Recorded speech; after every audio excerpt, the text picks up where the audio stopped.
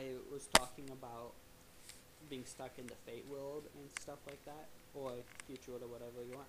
Well, I call it that world fate because destiny, fate is what it's bound to happen to your life. And that world is an alternate reality. You'll learn of more of its existence sometime in the lore if I ever get around to recording the lore. But anyways, it's the world that has mapped out literally every single possibility that's out there. So when you breathe, your possibility to hold it in, suffocate, breathe it out, and other things like that. It records that, and then it's based off strings. And the thicker the string, the more likely it is that is what you're gonna do. And so it's basically more like this big, gigantic loom type thing. But instead, it's not a loom. It's just fields and fields of nothing but strings, and it goes in every direction. So it's kind of like a huge cube, because in the center, that's what's currently going on. And so you see this like big line as everything is being woven together to the present. Anything behind the cube you see is a complete actual weave, and the when you look at it, you actually start seeing what already happened.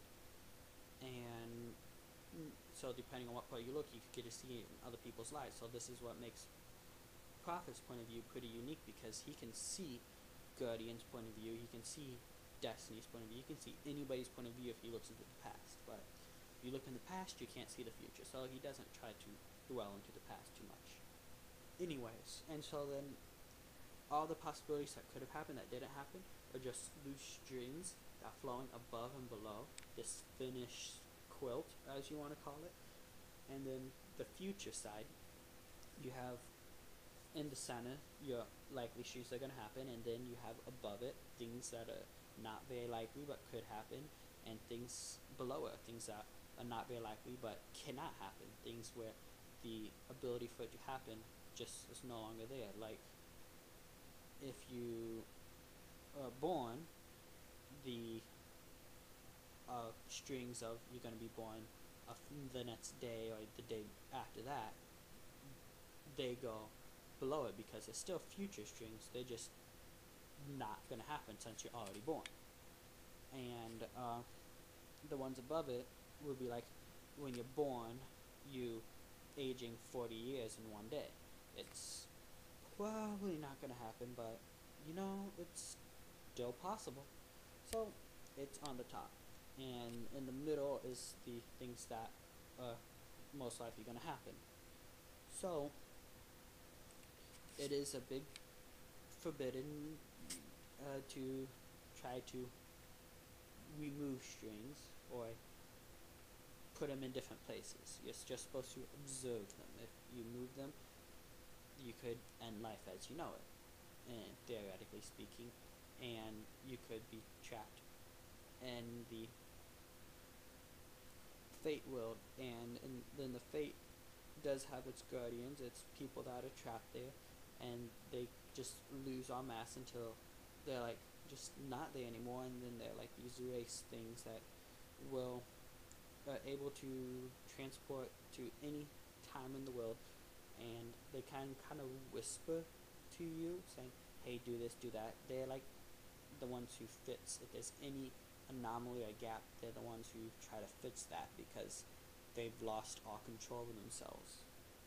And anyway, so you just basically attach a part of your mind to this alternate reality, so you can start seeing other strings. And when you see a string that's not attached to the reality that's gonna happen, you can see, alright, so what would make that happen, and then you can go figure out how it's gonna happen. That's how you change the futures.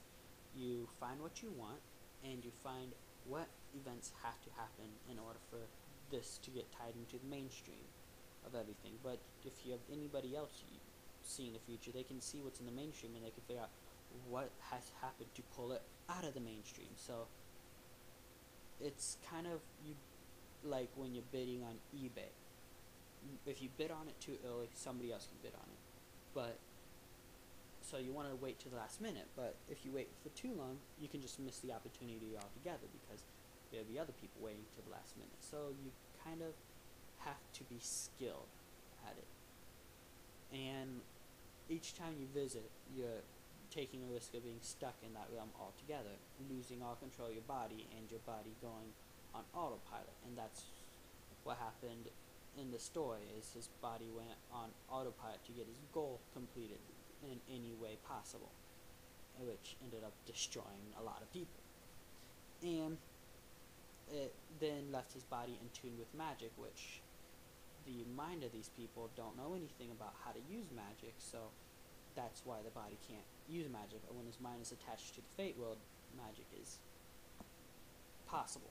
So anyways, that's the Fate world. It's kind of complicated. I can explain more of it later, and I probably will. And so the story then moves along. Guardian, he agrees to with the people who captured Prophet was the scientists, not the military. So Guardian agrees to defect from the military and join the scientists and use his research to give them weapons, which is a kind of contradiction since the scientists want to study it versus use it as mass war. If, they release a Prophet. So Guardian agrees to join them. They release Prophet, and they put Prophet and Destiny, and they resettle them into the stronghold of the realm that's owned by the scientists. And so then they do research in this remote, tiny, forgotten solar system, and that's where they have their base, and their research is manipulation of this pure magic. And so they're first manipulating it with people, seeing what they can do with this pure magic, because once you have pure magic, it's easy to create other pure magic. You just mix it with not pure magic, and the not pure magic breaks down into pure magic.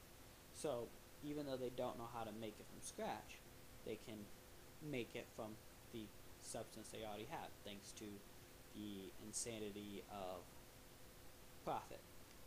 So the several years of studying the different ways to use it, and then they come up with this grand project, which they can use to the idea is to insert pure magic into people itself and create users that can directly manipulate magic and substances. That's at least the theory behind it. And so, making sure that everything is right, it takes several years, and so then it goes to where Destiny is 16. And that's where it picks up in the summary that I've already written. And when he's 16, he's really smart for his age, and then people just usually listen to him. If he says something, they'll do it. It's always been his gift.